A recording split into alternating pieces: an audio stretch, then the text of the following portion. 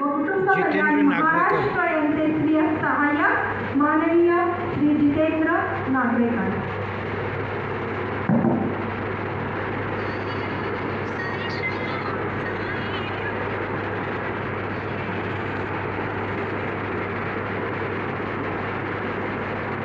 जितेंद्र नागवेकर आरोग्यमंत्र्याचे खाजगी सचिव.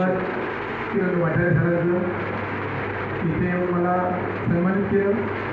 त्याचबरोबर इथे तुमच्यासमोर बोलण्याची संधी उपलब्ध करून दिली.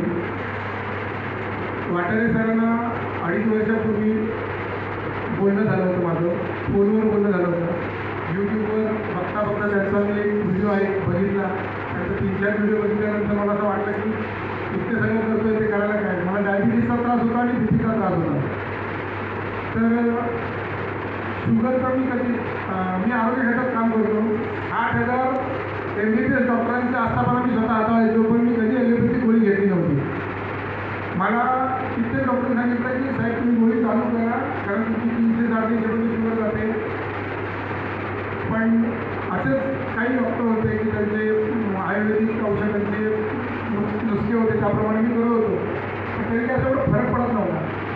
मग एकदा यांच्या संपर्कात आलो, किरण वाटाळे साहेबांच्या संपर्कात आलो. बोललो आता हा एक आपण उपाय करून बघूया, रसाहार काय ते करून बघूया. मग त्यांचे व्हिडिओ नीट ऐकून घेतले सगळे.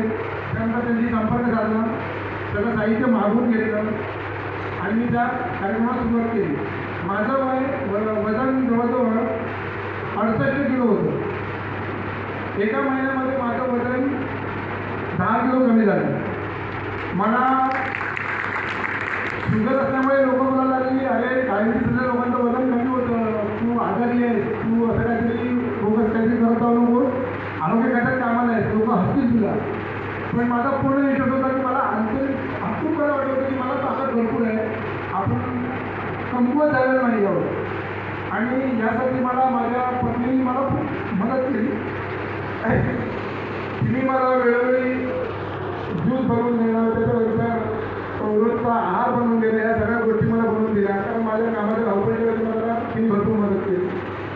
हे करताना माझ्या दुसऱ्याच महिन्यामध्ये बांद्रा समोर टॅक्सीने मला उडवलं. टॅक्सीने उडवल्यानंतर मला खूप ठिकाणी जखमा झाल्या. आणि तसंच सप्टेंबरचा महिना होता, ऑगस्टमध्ये मी चालू केलं होतं, सप्टेंबरचा महिना होता, पावसाची दिवस मी अक्षरशः चिखलात लोळलो आणि तसंच घरी आलो. आणि घरी म्हणजे आणायला गेलो होतो भाज्या आणि फळं रोज खायची असतं, म्हणजे ती आणायला गेलो होतो आल्याला. दिवसाला माझा ॲक्सिडेंट झाला. तर बायकोला गेलो की तुम्हाला किती जखमा झाले. त्या जखमा डायबिटीस असल्यामुळे मला बरं होती असं वाटलं नव्हतं. त्या 8 दिवसामध्ये सगळ्या जखमा बऱ्या झाल्या.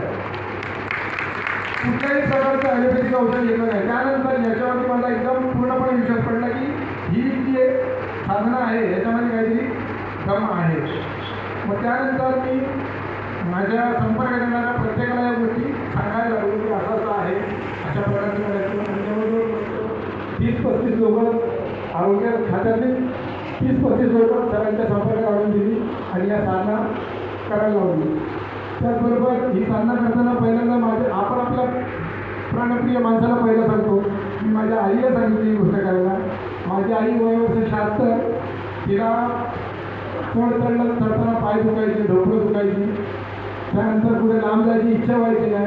आता हा रसायन चालू केल्यापासून जवळजवळ 2 वर्ष झाली.